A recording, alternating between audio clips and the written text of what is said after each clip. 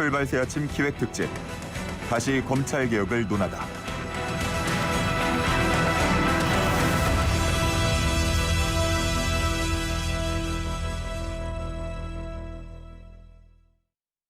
네, YTN 라디오 황보선의 출발 새 아침 4부 시작합니다. 자, 지금 문재인 정부는 검찰 개혁에 강한 의지를 보이면서 이를 추진하고 있죠. 하지만 추미애 장관과 윤석열 총장의 충돌을 비롯해서 이런 상황 관련해서 이제 검찰 내부에서 강한 반발이 계속 나오고 있고요.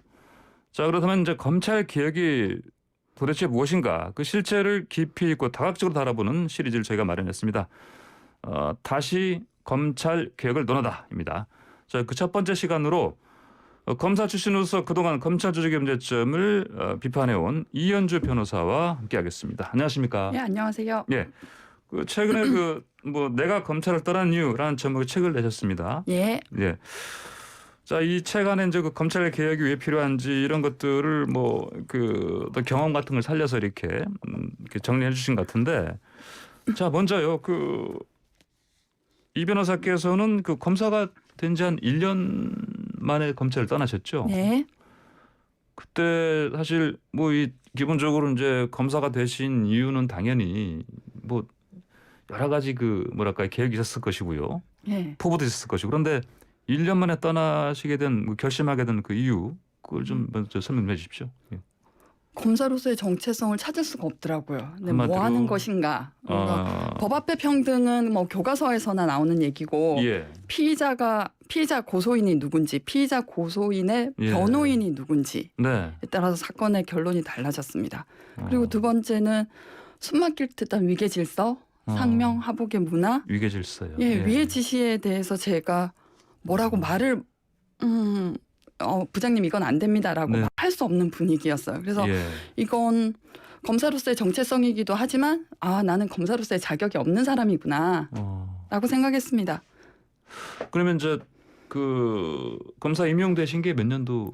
2001년입니다. 2001년. 네. 그러면 이제 2001년부터 2002년 한 초쯤까지 네. 이렇게 하시다가 결국은 이제 방금 말씀하신 것처럼 검사의 정체성 이걸 확인을 못 하셨고, 상명하복 유계 질서, 그 어떤 조직 문화에 이건 기본적으로 적응 못 하시겠다. 예. 그런 판단에서 떠나셨는데, 그러면 이제 그 이후에 이제 변호사로서 활동하시면서도 그 검찰에 대한 비판을 계속 해오셨습니다. 그렇죠? 네. 검찰이 기본적으로 이제 거대한 조직인데, 그리고 검찰 출신 정치인들도 많고요. 예. 이 사회 곳곳에서 사실 힘을 발휘하고 있는. 그렇다면은 이 검찰이라는 조직을 특히 책을 내면서까지 비판하는 거 쉽지 않지 않습니까? 저도 처음에는 겁이 났는데 예. 이렇게 하다 보니까 네. 덤덤해지더라고요. 그리고 또 하나는 처음에 계기는 그거였죠. 2016년 네. 탄핵으로 박근혜 대통령을 이제 예. 쫓아내고 몰아내고 우리 국민들이 모두가 정치 사회적 의식이 고양되지 않았습니까? 예.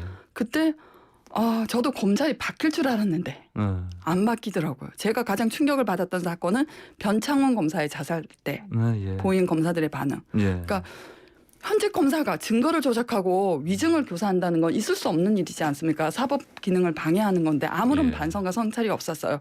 도리어 장례식장에서 나왔다는 너네가 죽였어 라는 반응. 자신들이 강압적인 수사로 피의자가 자살했을 때 우리가 죽였다고 성찰한 검사 없습니다. 그리고 두 번째, 시키는 대로 할 수밖에 없었다. 예. 이건 나는 불이익이 두려워 법을 공정하게 집행할 수 없다는 말을 너무나 당당하게 하세요.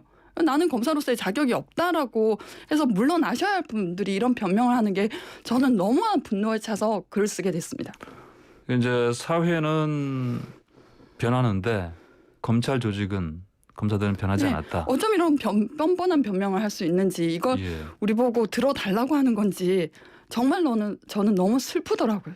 아니 그러면 슬퍼서 견딜 수가 없었어요. 그럼 원래 검사가 된 그 한 명 한 명 이분들의 인성이 문제인 겁니까? 아니면은 조직에 들어가서 그 조직 안에서 그렇게 삽시간에 그렇게 방금 말씀하신 그런 삽시간은 아니고 가랑비에 옷 젖듯이 조직 논리를 받아들이는 거죠.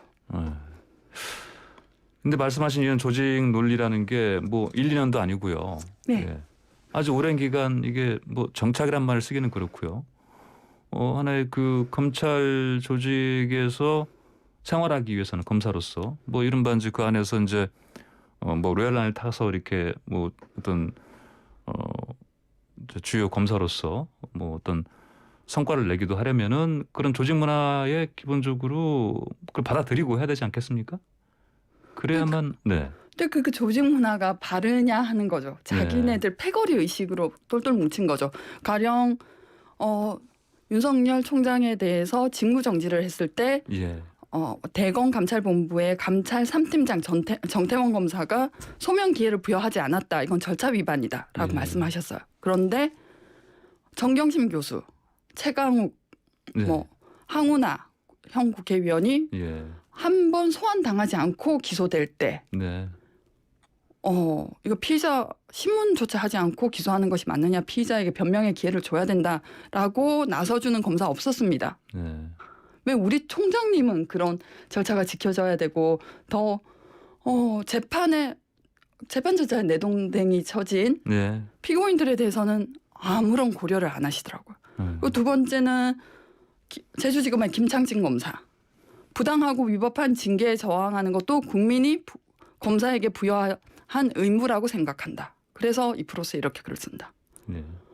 저는 그 말도 너무나 분노하고 슬픈데 국민들이 고통스러울 때 뭐 지난 10년간 민간인 사찰을 당하신 분, 그리고 언론을 장악하기 위해서 쫓겨나신 분, 정현주 사장, PD수첩 검사들 나서주지 않았어요.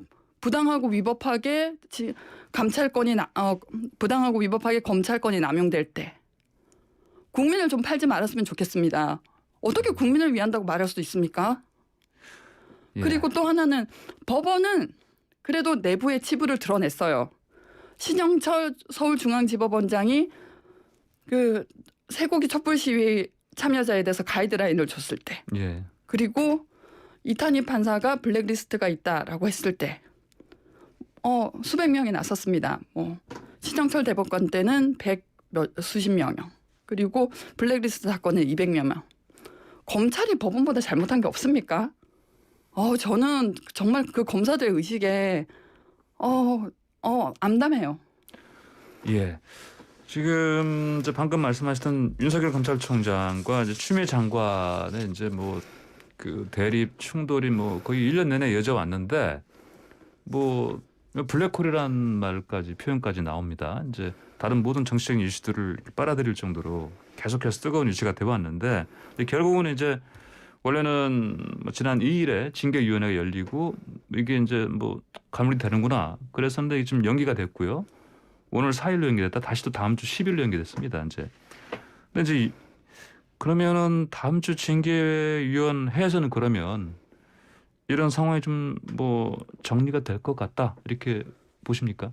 뭐 제가 작두를 타는 사람은 아니기 때문에 예. 징계 양정을 거쳐서 어떤 징계가 나올지 징계 처분이 내려지지 않을지에 대해서는 예측이 쉽지 않은 거고요. 근데 예. 한 가지 분명한 것은 예.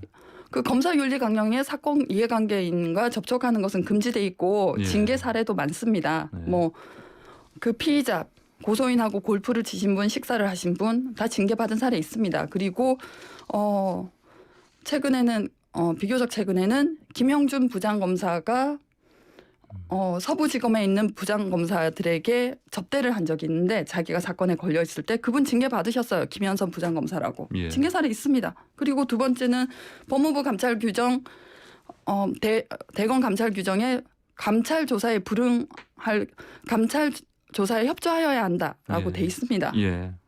그건 뭐 징계 사유가 되는 건 맞습니다. 징계 양정은 제가 뭐 예측하기 어렵습니다. 근데 그러면은 이제 방금 말씀드린 그 징계위원회 자꾸 연기된 특히 이제 10일로 최종 연기된 이유는 이제 대통령의 발언 때문이었습니다. 이제 뭐 절차, 정당성, 그것은 공정성. 검사적인 징계법에 형사소송법을 준용한다고 돼 있고 예, 형사소송법에 네. 5일에 사전 통지를 하게 돼 있어서 그런 걸로 저는 알고 있습니다. 예. 뭐 그렇다면 지금 추미애 장관이 윤석열 총장을 감찰하고 뭐 수사하고 이제 결국 이제 징계까지 하겠다 이런 방향 자체는 옳다고 보시는 겁니까? 그러면? 그건 제가 예. 네. 뭐 크게 뭐 예. 대통령, 법무부 예, 예. 장관의 판단에 대해서 뭐라고 할 예, 수는 예. 없고요. 정치적으로 수사로 정치를 한 건 맞고 그거에 예. 대해서 응당한 처분이 내려져야 한다는 건 맞다고 생각합니다. 예. 네, 출발새 아침 기획 특집 다시 검찰 개혁을 논하다 시리즈 오늘 첫 번째 순서로요. 내가 검찰을 떠난 이유 이 책을 쓰신 이현주 변호사와 함께 함께 있습니다. 방송 들으시면서 검찰 개혁 관련해서 의견 주실 분들은 샵 0945번 50원 유료 문자로 의견 주시기 바랍니다. 유튜브로도 보이는 라디오로 함께 하실 수가 있습니다. 자, 근데 방금 말씀드린 일단 기본적으로 추미애 법무장관이 윤석열 총장을 이제 직무 정지시키고 그다음에 징계한 핵심이 이제 6가지 그 핵심 그 사유 중에서 이른바 판사 사찰 문건 아니겠습니까? 네. 이게 이제 뭐 검찰 쪽에서는 뭐 관행이다. 이거 문제 없다라고. 이건 뭐 사찰이 아니다. 이렇게 얘기를 하고 있는데 변호사님께서는 의견이 어떻습니까? 그거는 뭐 사찰의 법률적 적이는 없고요. 일단은 예. 첫 번째는 그 정보를 수집한 데가 수사정보기획관실인데 예. 업무 범위 밖의 일이죠. 예. 수사정보지 않습니까? 이거 전신이 수사정보정책관실인데 전신이 범죄정보기획관. 범죄정보입니다. 이게 범죄정보입니까? 그리고 올 8월에 법무부가 직제 개편안을 냈어요. 지금 수사정보정책관실이 1담당관, 2담당관이 있어서 1담당 이걸 하나로 줄이겠다. 예. 그래서 근데 대검은 반발을 했어요. 1담당관은 정보의 수집, 2담당관은 검증을 담당해서 양질의 범죄 정보를 수집하기 위해서는 조직을 축소하면 안 된다. 업무 범위를 벗어난 일을 하고 있으면서 예. 조직을 축소하면 안 된다는 변명을 한 것도 저는 상당히 좀 대검의 그때의 변명이 이해되지 않습니다. 예. 자, 이제 이 변호사께서요. 그 윤석열 검찰총장에 대해서 역대 가장 위험한 검찰총장이다 이런 평가하신 적이 있죠. 네. 예. 어떤 관점에서 그렇게 평가하신 겁니까? 첫 번째는 수사라는 건 기소 목적으로 하는 건데 예, 예. 이때까지 해오신 행태는 네. 여러 관계자의 입을 통해서도 나왔죠. 뭐 최강욱 의원이나 네. 박상기 전 법무부 장관이나 네. 이래도 낙마하지 않으실 겁니까? 뭐 내려오시라고 수사하는 겁니다. 대통령의 인사권에 방해하기 목적으로 수사를 하셨고 그리고 두 번째는 조국 전 장관 따님의 고려대 입학은 업무 방해는 공소시효가 지났죠. 7년이니까 2010년 입학이었고 예. 그런데 당국대 제일 저자인 논문을 제출했다라면서 언론 플레이를 열심히 하신 거는 이 정권의 생채기를 내기 위한 거지 수사 목적은 아니었죠. 예. 그리고 두 번째는 월성 원자력 발전소. 예. 그건 정책적 문제인데 네. 그 경주 시민들에게 체내에 삼중수소가 발견돼서 그건 생식 기능을 저해하고 유전자를 손상시키는 그런 면도 있었을 테고 경주 단층대에 위치하고 있는 이런 정책적 문제인데 개입을 하시는 건 이 정권을 흔들기 위한 목적이라고밖에 저는 생각되지 않습니다. 예. 윤석열 검찰총장이 기소 수사라는 그 목적에 집중하지 않고 달리 이런 뭐 정치적인 목적이라든지 그 현 정권의 정책을 어떤 흠집낸다든지 아니면 뭐 방해라든지 이런 목적을 가지고 수사를 했다 이렇게 이제 보시는 거네 그러면요?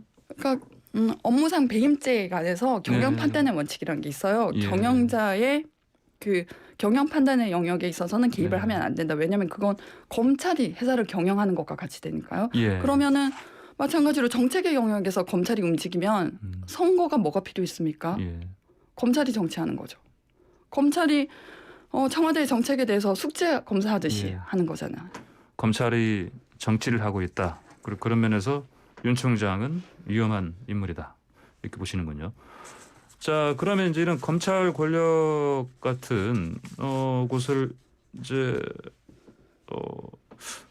견제하기 위해서 공수처를 좀 이제 해야 되는 상황인데 이제 그래서 이제 원래는 뭐 그 올해 안에 이제 출범시키려고 하는 게 이제 여당 쪽의 정부의 목표인데 그 지금 뭐 쉽지 않은 상황이 돼 버렸어요. 그래서 이제 최근에는 공수처장 이제 뽑는 것 다시 잘 안 됐고요. 그래서 법을 바꾸겠다. 그래서 이제 1월 정도로 이제 공수처법 개정해서까지 올해 공수처를 꼭 출범하겠다 이런 입장이거든요. 그럼 공수처가 검찰 개혁에 어떤 좋은 작용을 할까요?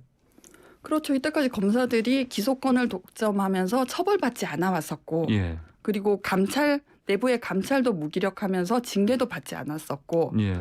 그래서 자기네들이 무오류라는 신화를 키워온 거죠. 뭐 견제할 수 있는 기관으로 견제 감시할 수 있는 기관으로 공수처가 생기는 것이 마땅하다고 봅니다. 예. 그 검찰 이제 검사로서 1년 생활을 하시고 떠나셨음에도 불구하고 물론 이제 검찰에 대한 기본적인 애정도 아직 있지 않으시겠습니까? 애정은 없는 것 없습니까? 같습니다. 그러면요.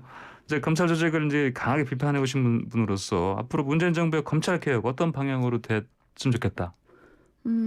문재인 정부 하에서 다 될 일도 아닌 것 같고요. 예. 일단은 검경수사권 조정을 했지만 여전히 검찰의 직접 수사권이 남아 있고 네. 수사권과 기소권을 확실하게 분리해서 검찰은 직접 수사를 못하게 하는 방향으로 나가야 된다고 생각합니다. 아, 그러니까 수사는 예. 앞에 있는 피의자를 굴복시키고자 하는 네, 욕망을 예. 가질 수밖에 없습니다. 그래서 네네. 강압적인 방법, 회유를 하거나 예. 근데 수사권과 기소권이 결합돼 있으면 이 수사 과정의 위법 부당성을 네. 체크하지 컨트롤하지 못하는 거죠. 예. 그러면 이제 수사는 경찰이 하고 네. 기소는 검찰이 하고 이렇게 예. 확실히 나눠야 된다. 예. 예. 근데 뭐 아직 경찰의 수사 능력에 대한 국민적 네. 부심도 있는 것 같고 네네. 저는 뭐 이 정권에서 완성될 문제는 아니라고 봅니다. 예, 장기적으로 꼭 이 부분은 달성해야 된다 이런 말씀이신 거죠. 예. 네, 알겠습니다. 오늘 말씀 여기까지 듣겠습니다. 감사합니다. 고맙습니다. 네, 지금까지 이현주 변호사였습니다.